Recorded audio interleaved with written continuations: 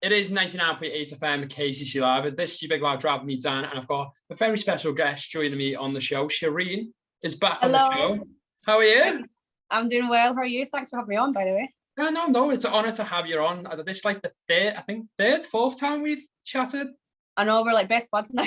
We are, we're besties, that's it. How are things since, because we last spoke I feel like it was like the very beginning of lockdown. Yeah, it was when, it wasn't long after I had released Relapse. Yeah. I think, is that right? But yeah, I don't think it was that too long ago, but everything's been really good since we last spoke.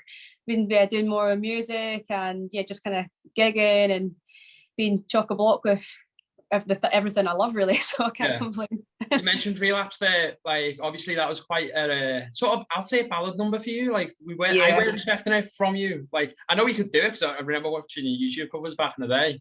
Yeah. Everything else you've been like worked on, it's been in groups or it's been very up numbers. For you to release that, was it important to get that out there? Yeah, so my whole thing right now, because I'm going to be doing dance stuff, I've actually got a dance single dropping on this Friday. So I wanted to kind of get some slow, sad girl pop tunes out there first, because I've got plenty of them. I've had my heart broken one too many times, so I've got plenty of love songs and ballads. And ballads has always been one of my favourite things. Like when I first got into singing, Celine Dion, My Heart Will Go On was my ultimate karaoke tune. And yeah, I've always kind of loved doing ballads, and it's definitely important for me to kind of get them out before I hit with the big smash bangers. What's the karaoke song now though, or does it depend on the vibe of the night? To be honest, it's still like My Heart Will Go On. That's my go-to, or Somewhere Over the Rainbow. Or this is might be a story you like, back when we were in Neon Jungle, it was really embarrassing. We went to a nightclub and they had a karaoke machine in the nightclub. So me and Asami jumped on the microphone and started singing Neon Jungle Braveheart. It's the most cringiest thing ever, but we were doing it as if we were at a concert. Did you do the rap part in it as well? Yeah, it was. And we're the non-rappers as well, so I sort of now need to see that. I mean, I'm glad there was no videos at the time, but like we were performing to like 4 people in the club, and we were like, "Put your hands up, as if it was an actual like club night. And it was it was embarrassing when I think back to it. It was a little bit waved. Hey, it got to like number 4 in the UK singles chart, so it is a banger. Big bop, yeah. Big bop. But then obviously you sort of moved into now finally doing solo stuff. I think the last time we spoke, you know, you said that was the aim. Eventually you were just about to, you know, release Relapse. Yeah. Now you've done that and you've got the second single out now. How do you feel? It's great. I've been wanting to do this for 10 years. So since way before Neon Jungle and everything I've done before, really, it's been, you know, my goal that I've always wanted to do. It's been my dream. So it's kind of getting to the point I was like, do you know what? Like opportunities keep coming in, and if I keep doing all these different things, I'm never going to really get to do what I want to do and set out to do. So it feels like a weight's been lifted off my shoulders, like I'm actually getting my own music out there, and the response has been amazing. So that was always kind of a little bit nerve-wracking at first, because it's like, you know, people have seen me in different kind of forms before, doing different sorts of music. So how are they going to take purely, you know, things that have been written by me and kind of co-produced and all that kind of stuff. So, but it's been such a great response. So I feel great about it. Plus, with you never know what you're going to get, because I know you've got quite a collective music taste. We spoke quite a few times, and I remember you saying you're a fan of Michael Jackson at one point and like old school Motown. Do you reckon we're going to get that sort of vibe at some point? Well, so that's kind of the stuff I've kind of kept from my dance music. So I've got like house tracks with old school soul vocals. You know, like Whitney Houston, Higher Love, the remix from it was Sigala that remixed it, or Kygo. But yeah, like that kind of thing. Kygo. Yeah, Kygo. So I've got that kind of stuff on my dance stuff, on my dance music. So that's kind of like big vocals, soulful. And yeah, I love soul vocals. That's what I'm all about. So do you reckon with the ballads and also, you know, that sort of, I'm going to say heartbreak anthems, not to like call it, but is it going to be like this time next year you're going to be heard on Love Island? Is that the aim? Yeah, for sure. There's actually a track that we're hoping to get on Love Island. I mean, just the music, definitely not me on Love Island, but yeah, the music would be great to kind of get pitched out, because a lot of the tunes, when I'm watching it, I'm like, yeah, that would be absolutely perfect for like when they're, can I have a little chat? You know, Yeah, just in the background. Yeah. That would be perfect. Oh, and so Ian Sterling's just going in on someone. Yeah, I mean, love him fingers so crossed. much. I'll keep putting out to the universe. Well, obviously, you've also, a lot of people know you not just from Neon Jungle and obviously your time on X Factor, but now as a presenter for BBC on the radio and on, you know, soon to probably be on telly and stuff. And you've done crossover stuff as well. Do you get people who just know you for like the radio show and didn't realize you're an artist, or do you get that sort of weird crossover now? Yeah, for sure. There's like, it's not until I kind of really speak to people, because like working at BBC and CBBC, like a lot of people will just know, as you're saying, just for that. And then when I get to speak, get to talking to them, and I mention, you know, the Cutkelvins or Neon Jungle, they're like, oh my God, no way. And because a lot of people, when we were in Neon Jungle, thought that we were DJs. So it's not until like they can listen to the music and they're like, no way, that's the same person. Like, yeah, I've been in this industry a long, long time. But yeah, it's quite interesting to see, because for me, I feel like I've got lots of different sides of my personality, and you know, there might be something that someone loves and someone else doesn't like, and kind of, so it's nice to kind of cross over to different parts in the industry. So tell us a little bit about the story behind the latest single. Yeah, so Lover to Strangers is kind of like, I guess, a spin-off to Relapse, because Relapse, when I first released, was kind of about me relapsing into a toxic relationship, basically. And Lovers to Strangers was written at a completely separate point of my life, where it was still about that same toxic relationship, but I had moved on and I'd had time to heal and kind of process. And then I just kind of wanted to write a song that captured my feelings of going from knowing someone completely, like knowing where their scars are on their body, knowing how their voice sounds, what they were up to during the day, to almost not even remember them at all. Like, I remember I was sitting on my couch one time and I was like, what did he look like again? And I had completely forgot. Yeah, like, I had that quite like recently from it's like, what did they look like again? Yeah, it's such a strange thing, because like, this is a person, you know, that you once loved with all your heart, and as I said, you knew everything about him, and there was birthmarks were, and then I'm just like, I don't even remember like what he sounded like and all this kind of stuff. Do you have that part where like friends come up to you and describe them completely different to what you remember, and you're like, was it? Looking for beer goggles. Well, that's kind of what Lovers to Strangers about, because I just couldn't quite grasp that thought into my mind of like how you can love someone and the next day or a few years later they're just no more than a stranger. So that's kind of where that came from. I feel like we've gone very deep already in this. Yeah. To be very therapeutic. Well, as I say, I've got like different parts of my personality. Other parts I'm just like party, but other parts I'm like sad and solemn. Well, I know you're a big footy fan as well, so excited for the new season? Yes, I am. Do you know what? I've been trying to get back into like actually playing football as well. So that's kind of my goal for fitness, but also just sitting down on the TV with a few beers and watching it is great. Because I remember like when I asked you what was your favourite sort of game when you were back in Neon Jungle, you were the first person who went footy. Oh, really? Yeah, they I don't think they really like football as much, but because I grew up with like boys. So I like from a family of 6, so 4 boys and 2 girls. So I was always kind of, in fact, my brother actually taught me how to play football. So no men would be interested in me. And it actually worked the opposite way, because I was like, Kyle, you actually gave me like a step up, because now I have great conversation with men about football. He's like, oh, damn it. Backfired. Yeah. When you sort of look back on your career as a whole, do you have them sort of standout moments so far, or would you say this is it now, doing that solo work? There's loads of points for me that I feel that are kind of like milestones in my career. Some of the obvious ones are like Neon Jungle being signed to a record label and doing like Victoria's Secrets and flying over it. You know, at the time I didn't even realise. I remember how busy you were, because I remember we done one interview in Liverpool and another one somewhere else, and you guys like told us what you was doing that day. And it was ridiculous. Yeah. What you had to do like the following day, like you had rehearsals and then you were doing like loads of interviews and then you were doing like more press stuff. Like it was just like non-stop. Do you ever look back and go, how on earth did we do that? Well, that's just the music industry, I guess. That's like that's what I love. I feel like when I've actually had breaks, I feel great for the first 15 minutes when I'm sitting down, and I just do not know what to do with myself. So without that kind of constant wheel of movement and, you know, traveling down here and doing things up there, like I feel a bit lost without it. So I kind of like having such a hectic diary. But sometimes at the time it can get a bit, you know, intense, but I much prefer being busy and kind of being nipped about all over the country. It's a lot of fun. But yeah, they're kind of like big milestones. And then singing with my brothers, that was a huge milestone for me because it's something that we always wanted to do. And my dad had sang in a family band, so it felt like we were kind of repeating family history, which was such an amazing feeling. And then to be touring around the world doing that was great. And then now, yeah, I've hit like so many milestones, I guess, recently, like my recent years, that I didn't ever really think I would have hit. Like even being a radio presenter, I was like, I never thought I would be doing that.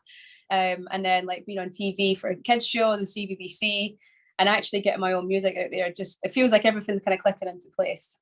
So I'm excited about it. You're absolutely smashing it. I feel like you're one of the busiest people I know. You're always doing something. Do you have anything you're aiming to do that people wouldn't expect you to be like, I want to do that one day?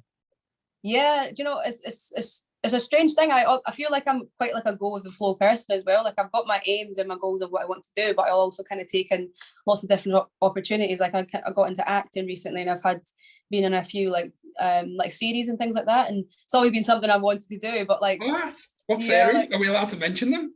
Yeah, so one's called Crime, it's a Scottish series, and the other one's called Van der Valk. It's just kind of me kind of getting into the acting world. I've always wanted to do it, but even that, like, I just kind of went for it. I've not had like any experience. I've not been to like an acting. How have you found that, like jumping in then? I enjoy putting myself under pressure. It's scary. That's probably why I can get anxious, to be honest, a lot, because I'm under so much pressure. But yeah, I quite enjoy that anxiety. Like, yeah. Like literally living off it. But I think it's quite good, because if you don't put yourself in uncomfortable situations, then you won't grow. So I just tried to do that. And I remember I went over to Amsterdam to film for Van der Valk, and I got over there and I'm thinking to myself, oh my God, like, how am I going to do this? I've got zero acting experience. Like, so I've done a play. Any classes prior? No, like they just they said they loved my tape and they wanted me to do it. So I was like, perfect. Like, I just done an audition on the phone. And I had been in one play when I was young, and I had one line, and that was it. So I have like zero experience, and now I've got like kind of like a few little bits to put onto my CV, I guess. What was the best advice you were given? Did anyone help you when on set for that sort of stuff? Yeah, so I went on and I just told all the cast, I was like, look, this is my first time doing any of this, and they were really shocked. And then I just kind of was at like this guy that was kind of one of the other persons that I was in the scene with. I was at his hip the full day. He kind of told me everything. He like, because there's things that they say that, you know, when they're changing cameras and it's all like put like the 35mm, all this different stuff that I just didn't know. To me, it was just jargon. I'm like, okay, what's going on? Like, is it action? Are we going? And he just kind of like really kind of held my hand, I guess, a lot of the way. And it was really a nice experience. So I think just if it is your first time doing it, just kind of like make people aware of that. And, you know, people are really kind of, they just can they let you in with open arms and kind of help you along. So I really appreciated that, actually. That's a whole new level of like just winging it, though, innit? Just like being it is. I mean, my full life I've been winging it, and I'm making a living out of it. So it's great. Back to Lovers to Strangers. Yeah. So how did it feel to sort of finally release that? Was it sort of therapeutic to have that out, or was you nervous because of what the song entails? Yeah, so for me, it's kind of like, I always think like writing is almost, and songwriting and sharing it with the world is like sharing like a personal diary with the world. So for me, it was therapeutic when I was writing. And this song actually was quite a difficult one for me, because I actually rewrote it 5 times. Like I wrote like 5 completely different songs on the one beat. And I nearly didn't release it at all, because by the end of it, I was like, I don't know which version I like better. Like, I don't know if people are going to like this. And I kind of kept it as just as like a healing thing for me, because as I said before, I just couldn't quite grasp the thought of, you know, once I loved him, now I don't even know who he is. And it kind of was more of like a therapeutic kind of writing into a diary like thing for me. And then I just thought to myself, do you know what? I think a lot of people will relate to this. And then I just kind of stuck it out. But it's always so interesting and nerve-wracking when you're putting out a single that you've completely like writ. So it's because like everything is you, and if they don't like it, then I don't mind so much anymore. If someone doesn't like the stuff, everyone's got an opinion at the end of the day, and you can't make something that everyone will love. How was it like writing this as a solo artist? Because I know you've wrote stuff before, but predominantly when you're a part of a group and stuff. Yeah. Was it weird just to be, this is me, this is what I'm doing, or did you still have a bit of support from your brothers? Did you? Because I know you bounce stuff off them quite a lot, ideas. I think you do that with each other. Was that still the case with the making of this? So both the singles that I've released so far have just been 100% my writing, which I quite enjoy. That I do enjoy like group writing as well, because obviously there's so many different influences, and sometimes if you might get a little bit stuck with a bit, someone else can say something and it gets your mind rolling again. But I enjoy the solo process as well, because you can really just sit in a room with your thoughts and put everything that you want to say onto paper and then kind of like construct it from there. So I really enjoy that process. Sometimes I just stick the candles on, or put the headphones on and just really get into that zone. And it's funny, I actually had to look up pictures of my ex it's strange.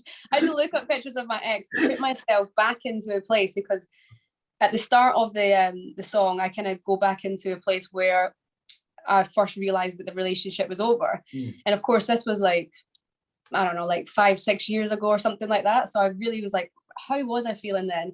So I had to look at these old pictures and I was like, oh yeah, I remember. So really it's all coming back to me now. Yeah. It's like you're torturing yourself, really, going back. That's it. Doesn't sound therapeutic. I mean, it's all for the greatness of music, and as long as people are loving it, then that's what matters. Well, on today's Big Lad Brad, we're actually talking about awkward dates. Okay. So, what's the most like awkward date you've had? Previous relationships, or current ones? What's been like the? I've had a lot, to be honest with you. Yeah, a lot. I mean, one of the ones that kind of springs to mind first when I was dating this guy. I mean, I think it was our first date together. We'd spoke, on Instagram and whatnot. And he was really cute. He was also extremely tall, and I'm like 5'4". So, like a lot of women. How tall are we talking? Like he must have been like 6'6", 6'7". He was really, really tall. And I remember when we went to we met, he went to go give me a cuddle. And for some reason, I put my arms over the top of him. So I'm sure you can imagine how that felt. It was the most awkward thing. I'm like, my hands are up here, like doing like the mummy dance or something.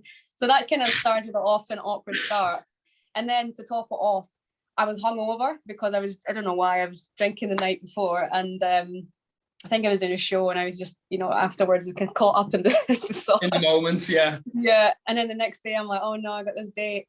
So I turned up there. I didn't tell him I was hungover, and I was just feeling really, really sick. And we went to a place in Camden, and we sat down at this restaurant. And as soon as I smelled the food, I just said to him, excuse me a second. And I actually ran out the table, like completely interrupted this conversation. And then I was sick everywhere. I just couldn't hold it in. So yeah, I spewed all over the restaurant, and I had to get like paper towels, and I was like, I'm so sorry. And I was making this whole big scene. And then luckily it was just around the corner, so you didn't actually see, and I had to go downstairs and like rinse my mouth like water, and I just kind of kept my distance from him for the rest of the date. But yeah, we didn't see each other again after that. just go to the table next to you and be like, have you got a TikTok? That, yeah, I know, like get some gum. But yeah, that was horrible, and I really wanted to go home, but I didn't want to be rude. I probably should have just went home, to be honest. But he was really cute. I've had a lot of different awkward things. There was actually a time that it wasn't a date actually, so I wouldn't say that, but the other one was, I was dating a guy that was but I didn't realize it was a date actually at the time. He was like 10 years older than me, and I thought we were just going out for a drink. And then he said to me, I've never been on a date with someone so young. And I replied back, oh, I've never been on a date with someone so old. And I was like, oh my God, why would you say that? I'm full of those awkward moments. To be fair though, I like how honest you are, and the fact that all the awkward moments with you and not like the other person. Yeah, it's mostly me that's awkward, to be honest. They're usually the cool cats. I'm like, it's true. It's strange. But I think in Scotland we're quite like we're quite honest people, so sometimes I don't have a filter and I'll say something and I'm like, oh my gosh, that might have sounded terrible. And it's too late. So usually when I get people on the show, I usually try and wrap things up with, as you can tell, I'm very Scouse. And I think the last time I was trying to teach you some Scouse stuff. So I thought this time maybe I'll put it on the other side of things and you could teach me some slang in Scottish. Right, okay. Okay, so do you know what Hod your Wisht means? Hod your wish? Hod your Wisht. So No! if you've got like a guest on the show that's like me and talks so much and you want them to be quiet, just tell them to Hod their Wisht. That basically means shut up. Yeah. I love this. Yeah, so you can tell them to Hod their Wisht. Or, I mean, I've got things like, I don't know if this is Scottish, like if you're going to the chip shop and you wanted some chips, you would ask for like a Pokey chips. A Pokey chips? Yeah, Pokey chips. So it's like, you know how you get the chips in a cone? Yeah. Yeah, we call that like a Pokey chips. There's so many different words. Or the kitchen's called the skillery. Is a Scottish one as well. That would proper throw me, you know. That sounds like something out of Game of Thrones. Can you get me some tea from the skillery? Like, taking to the skillery, it just sounds like some sort of dungeon. Yeah, that was my granddad that first told me that, and I was like, wait, what? Because he said "ben there in the skillery," so that's like proper Scottish, which means in there in the kitchen. And I said to him, I was like, what does that even mean? So that's kind of like, it's just sad because it's almost like a dying language in Scotland. We'll keep it going. Yeah, we'll keep it going. I'll do a weekly feature on it. Yeah, you can tell everyone to Hod their Wisht. I'm going to do that today. I'm just going to walk somewhere and say it and see how people react and let you know. I mean, 9 times out of 10, they probably will not know what you're talking about, so it's great. I know. Just say it and walk away. Just leave them really confused. And scratching their head like, what did he just say? Well, yeah, Love Is to Strangers out today. It was out, on what day is it today? It's out on last Friday, so I've got another one coming out this Friday as well. So Love Is to Strangers last week, and Breathing is releasing this Friday. So quickly tell us a little bit about Breathing. So Breathing is a collaboration with a really dope artist who's worked with so many cool people and is like, you know, friends with like Sean the Paul, that's what I say. I say that. To be fair, I met him in 2018. He played Liverpool. And I called him Sean the Paul in front of it. It must be like a thing that UK people took. Like, I just completely said that without even thinking, and I realised Sean the Paul. That's hilarious. That's when you know you've made it, when people just... Maybe it's a radio thing, because we say it when we play his track. Yeah. Yeah, maybe it is. I don't know. I think, to be fair, I think I just done it before you even got into radio. But yeah, so I was a collaboration with an artist called SHEREEN. And yeah, we kind of created this really cool dance beat about really just kind of being like going for a bad person and knowing they're not good for you, but breathing them in anyway and kind of going for like no strings attached. Ignoring them red flags. Yeah, like, yeah, even though there's red flags, you don't care, you're just going for it anyway. Yeah, you're high jumping them. Yeah, that's been me my full life. I'm like, red flag, yes. I don't know what it is. Maybe that's our toxic trait. But yeah, it's a really dope track. So I'll send it to you on Friday. Yeah, 100%. We'll play it right here on K-Slab and it will definitely go on rotation.